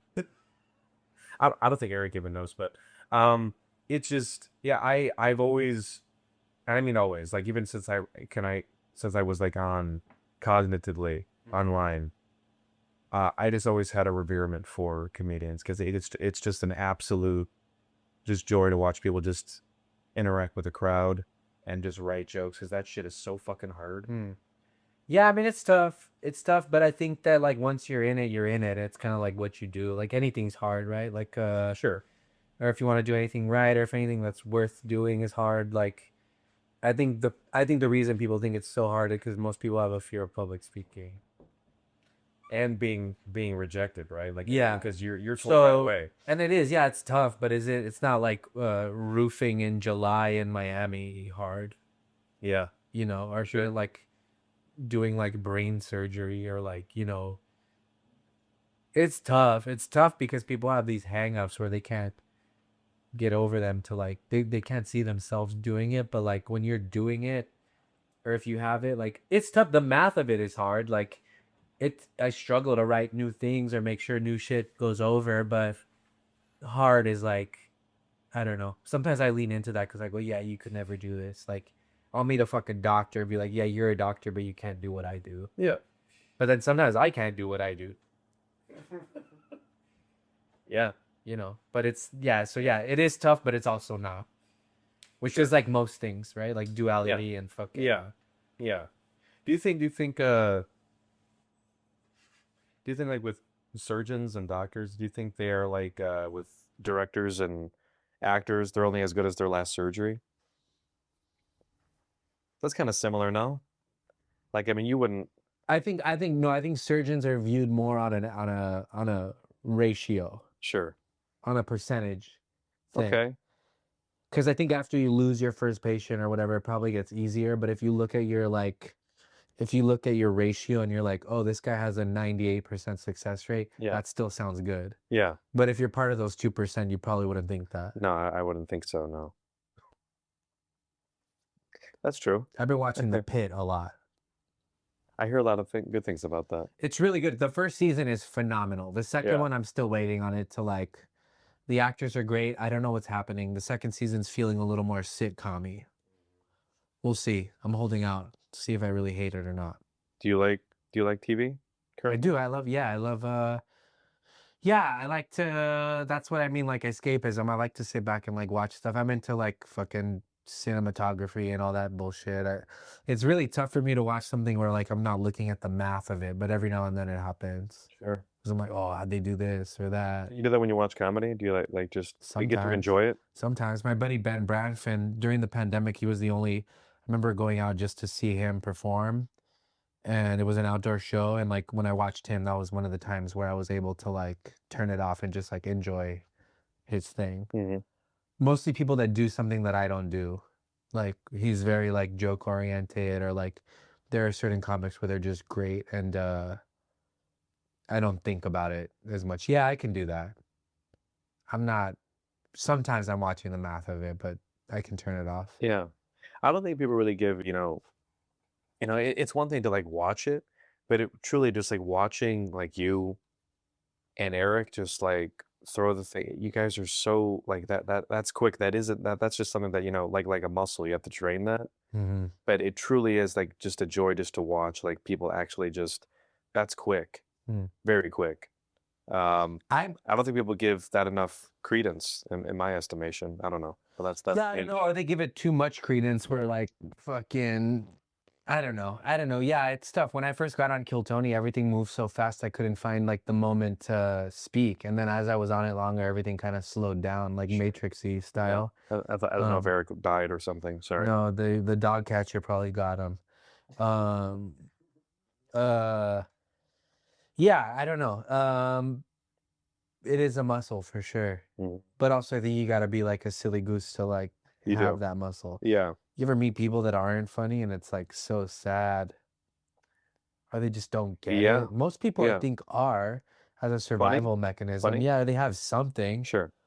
But yeah, when people are, and I feel really bad for them. You know who Christopher Hitchens was? Yeah, for sure. Yeah. You know what he said? Atheist guy. Yeah, you know what he said about he ruffled a bunch of feathers when he was I think it was a Vanity Fair article he wrote. He talked about how men, they've evolved to build the necessity to be funny, to attract a partner and all that. It's part of our evolutionary process. And he said that's women tend to not be funny as a result because they never had to develop that as a skill. So he was just kind of underscoring the idea that women essentially aren't funny. Men are the ones. That's also like. I could be doing the most hack job. No, that's fine. I think that's under the assumption that like women don't go through like traumatic events where they need to use humor to like survive. I don't think that the only reason people learn skills is to attract a mate. If we're going back to like the dawn of time, maybe like whatever, but like, I think humor is like so helpful in a lot of I'm sure people that are going through like child labor are maybe cracking jokes like to try and I think that humor is to get through pain, not to attract it. That might be a byproduct of it. Also, men will use anything in their disposal to attract a woman, right? So like, yeah, sure, it's one of the things, but in that case, I don't know, did we evolve to buy fancy sports cars to attract a mate or to dress well or like, I don't know if landing on these specific things has anything to do with these specific things, or if we just attribute it to like men want to find a woman, so they'll throw things up the wall to see what it is gets them mad, or that like also the idea that men and women were not evolving at the same time next to each other. Sure. Hitchens is I used to like a lot of the shit that he says, but also like staunch atheists like that, to me, are exactly what they hate about religious people. They have become their own version of that. I think that like these hardline atheists they are basically religious zealots in like their own way. Their religion is atheism. Okay. What is their end goal? Like, what are they going to talk to some old woman who's like religion helps get her through times, talk her out of her beliefs, and then leave her a broken woman and be like, I won? Great job, dude. Fair. That's evolution too. I would argue that religion is also some sort of survival technique, through evolution to like help us survive through things, right? Because then in that case, why paint? Why do anything that brings joy?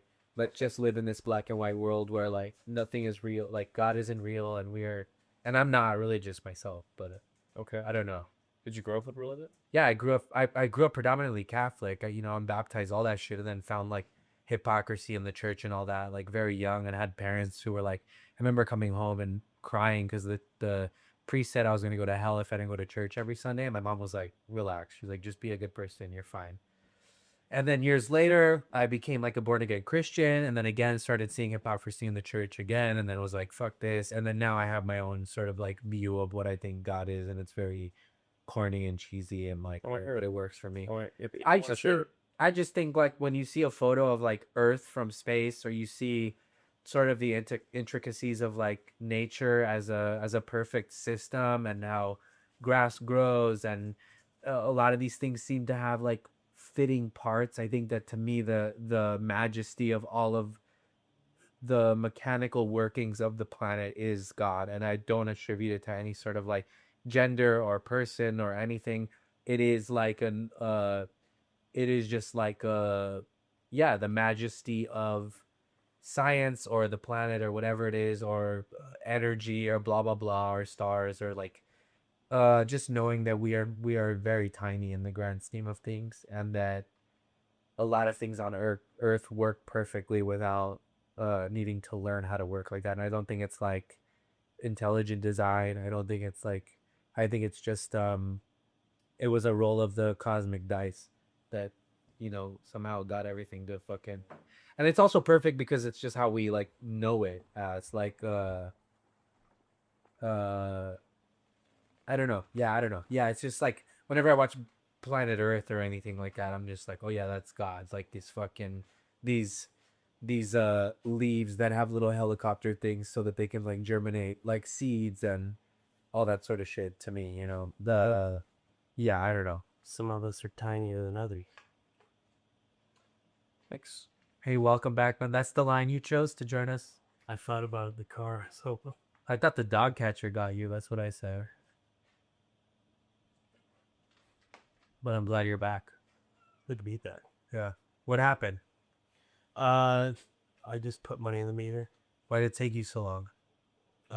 Other than your large size and slowness. There was a group of people talking shit about you. I had to fight them. Okay. They said you ate dick sandwiches. Yeah, But they told me you didn't like bread. that's true. Thank you. You're welcome. So tell us about Gilbert Gottfried. All right. I will. You want more of a lead in? Sorry. No. You're fine. No, I was trying to make a connection between how long Lord of the Rings is and how long this podcast has gone on for. I think that was it. Are you breaking this into 6 VHS tapes?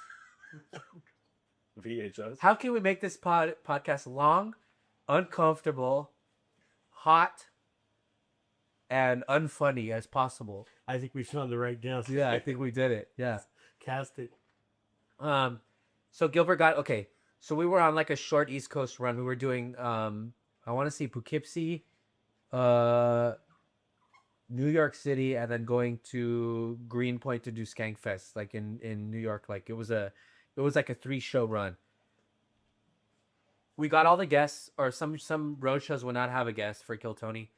Me and Jeremiah would plan our costumes, pack accordingly. This time we had an inside joke where one time Tony said he saw a bison. It was a cow, and he argued with us that it was saw a bison, whatever. So Jeremiah made these shirts with a cow, and it had the dictionary definition for bison. And then, so when we were in Poughkeepsie, we dressed up as cows and we said we were bison, right? So we packed the bison costumes. What did Tony say when he saw me? He lost. I saw it. Whatever. We were like, oh yeah, oh look at all these bison. We made stickers. We had shirts that said bison. I love that. But and by we, it's Jeremiah did it all. But so we packed those. We were gonna be Louis J. Gomez and Big J. Okerson in Skankfest, so we dressed up as them.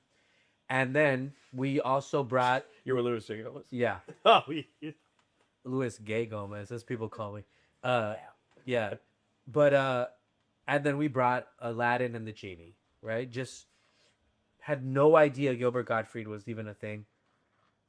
We get the call that like this, I might be conflating stories too, but we get the call while we're in Poughkeepsie. Gilbert Gottfried just confirmed. We might have had another costume, so we go, holy shit! Like, what are the odds that we have Aladdin and the Genie when Gilbert said? oh my god. So we like switched it. We go, we got to do that. So we did it. We was at the Gramercy Theater in New York. Gilbert Gottfried was like and was at the time. I was really into his shit. One of my favorite comics in the whole world, and so we find out he's gonna be on it. We get like a call from whoever. He requested two things, like a specific sandwich, right? It was like, I wish I wrote this down, dude. It was like pastrami on rye or turkey on rye, like no mustard, and a bottle of red wine. And so me and Tony goes, you want to come with me to go get the sandwich? I'm like, fuck yeah. So we like walk down the street to some deli, get him the sandwich, come back. We get the bottle of red wine from the club. And like Gilbert shows up. He's in the green room. It's him, his wife, Dara, was super sweet, and like, and Tony. And I don't know if Brian was in there, if Brian was out smoking. And I like come in, and I'm just like sitting there, and I think Tony goes, oh, this is Joel, he's on the show, you're one of his favorite comedians. And I was like, hell yeah. Shook his hand, nice to meet you. And it was so fucking surreal, man, to be in that room. It was a room like this size, really quiet, in the underground from the Gramercy Theater, below these stairs. And like you hear this voice your whole life. Yeah. So like being in a room just like talking to this guy, and he's very soft spoken, like not, and kind of I mean this with all due respect, but like older and just kind of quiet and like chill and soft spoken. And he's there with the wine, and Tony's like, do you want us to get that wine open for you? And his wife goes, he doesn't want to open it because he wants to take it home. Because he was well known as being like cheap and loving free shit. Like he had a plastic Tupperware under his bed of every soap, deodorant, everything from every hotel he had ever been to. He would take the bus to his gigs to like save money. Just notoriously cheap. So he didn't want to open the wine because he wanted to take home a free bottle of wine. And yeah, it was just awesome, dude. And then like we come out on stage, and this is the only time the cameras failed. The time he did the show. So there's no footage. I have some videos and I have some photos with him. And I'll wrap it up with this one thing, but like, so we come out on stage, then we bring him out. And we were joking that he's like this old school level of Hollywood talent where he was kind of like this like calm, sort of like almost like a, you know how cactus flowers are like closed in the daytime? That he came to life once artificial light hit him. Like the lights hit him and he was like, it was him. He was the guy. And we come out as Aladdin and the Genie, and we're there, and he's there, and the first thing he grabs the mic, he goes, this isn't the Will Smith version, is it? Because if it is, I'm getting the fuck out of here. He said something like that, and we were like, holy shit, man. And yeah, it was great. And then after the show, we're coming down the stairs, and Dara stops us, his wife. I'm saying like I know her. I don't know. I get to meet her, but she stops us on the stairs and takes a picture of us, me, Jeremiah, with Gilbert as Aladdin and the Genie. Oh man. Don't know where this picture is. I'm sure she has it somewhere. But Kaylee Chase was at some memorial thing for Gilbert like last year, and she texted me. She goes, they just showed a picture of you and Jeremiah with Gilbert at this thing, and I was like, oh my god, we were part of some slideshow, somewhere. And then we go to Greenpoint for Skankfest, and Gilbert's slated to perform there, and it's in the big hall, and we have our passes. So I sit on the floor. So it was me, Jeremiah, and and I got to sit next to Dara, his wife. So it was me, and we're sitting on the floor because it's like standing room only. The chairs are taken. We're on the floor, and I got to watch him do his act in that hall, like while sitting next to his wife. Yeah, and it was great, and he was very kind, and like just one of those moments where like meeting your heroes is good, and yeah, really, really fucking cool thing that I got to do, and comedy, even at the lowest level, will take you to some really cool fucking places that you never thought like that you get to be privy to that other people wouldn't. Like even the thing we did recently, like we're not even at that level, but Stephen King said once that a great job is about the fringe benefits, and like we have that in fucking spades all day. Just being involved with the store, being able to have a skill that most people are terrified to even try. You will end up in some pretty like magical fucking places because of it. Shit. Yeah. Wow, man. Thanks for sharing that. That was awesome. Yeah. No problem. Wow.